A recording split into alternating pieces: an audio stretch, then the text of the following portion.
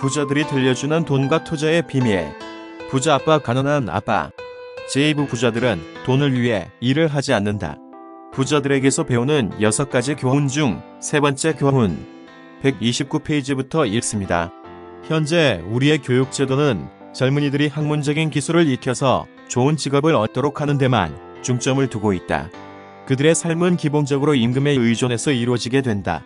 그리고 그들은 학문적인 기술을 익힌 후에 상급 학교에 진학해 직업적인 기술을 익히게 된다. 그렇게 공부해서 엔지니어, 과학자, 요리사, 경찰관, 예술가 혹은 작가 등이 된다. 그들은 이런 전문적인 기술로 직업을 갖고 돈을 위해 일하게 된다. 직업과 사업 사이에는 큰 차이가 있다.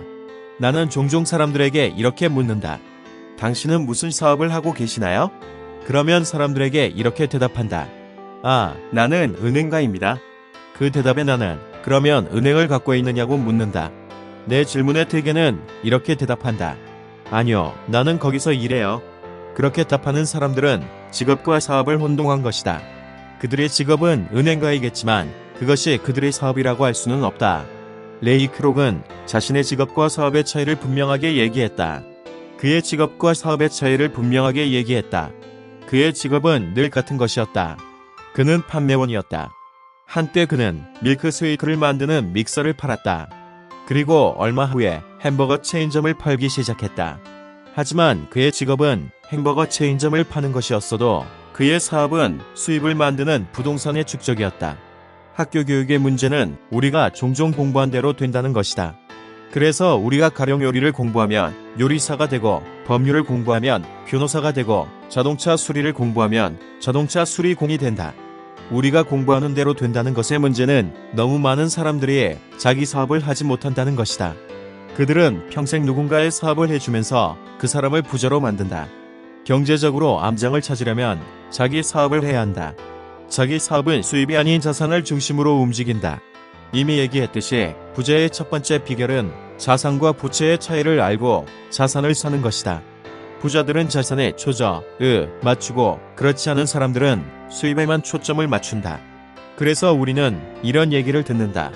봉급이 올라야 하는데 승진만 되면 다시 학교로 가서 공부를 더해 더 좋은 직장을 찾아야겠어. 초과 근무를 해야겠어. 부업을 해야 할 것 같아. 며칠 후에 그만둘 생각이야.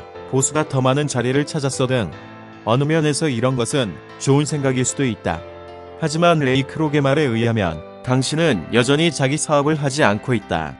당신의 생각은 아직도 수입에 맞추어져 있고, 그런 수입 증가가 자산 획득에 사용되지 않으면 다른 사람만 더 부자로 만들 뿐이다.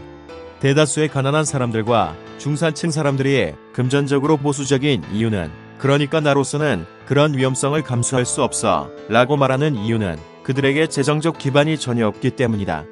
그들은 직장에 매달려야만 한다. 그들은 안전하게 살아야만 한다. 우리는 사회 구조 조정이 널리 퍼졌을 때 수백만의 근로자가 자신들의 이른바 최대 자산인 집이 엄청난 짐이 되고 있음을 알았다. 그들의 자산인 집은 아직도 매달 비용을 요구한다. 또 다른 자산인 자동차로 큰 짐이 되었다. 1,000달러를 주고 산 골프채는 이제 1,000달러가 아니었다. 안정적인 직업이 없는 상태에서 그들에게는 의지할 것이 전혀 없었다. 그들이 생각했던 자산은 금융위기 속에서 그들의 생존을 돕지 못했다. 아마 대부분의 사람들은 집이나 자동차를 사기 위해 대출을 받으려고 은행가에게 신용평가서를 제출한 적이 있을 것이다. 나는 늘 순재산 부문을 보면서 흥미로움을 느낀다. 그것이 흥미로운 이유는 일반적인 은행업 및 회계업의 관행이 자산으로 인정하는 것 때문이다. 언젠가 나도 대출을 받으려고 한 적이 있는데 그때는 재정 상태는 별로 좋아 보이지 않았다. 그래서 나는 새 골프채와 수집한 예수, 푸, 책, 스테레오, TV, 역, 회고, 손목시계, 신발, 그 밖에 이런저런 개인 소장품을 포함시켜 자산 부문의 숫자를 부풀렸다. 하지만 나는 대출을 받지 못했다. 그 이유는 내가 부동산에 너무 많은 투자를 하고 있다는 이유 때문이었다. 심사위원회는 내가 임대형 주택에서 너무 많은 돈을 번다고 퇴짜를 놓았다. 그들은 나에게 왜 정상적인 직업이 없는지, 왜 월급이 없는지 알고 싶어 했다. 그들은 연회복이나 골프채나 예술품에는 토를 달지 않았다. 당신이 일반적인 범주에 들지 않을 때 삶은 힘이 든다. 나는 사람들이 자기 순재산이 100만 달러, 10만 달러 혹은 얼마라고 얘기할 때 몸을 움츠린다. 순재산이 정확하지 않은 한 가지 이유는 그런 재산을 팔면 즉시 세금이 붙는다는 것이다.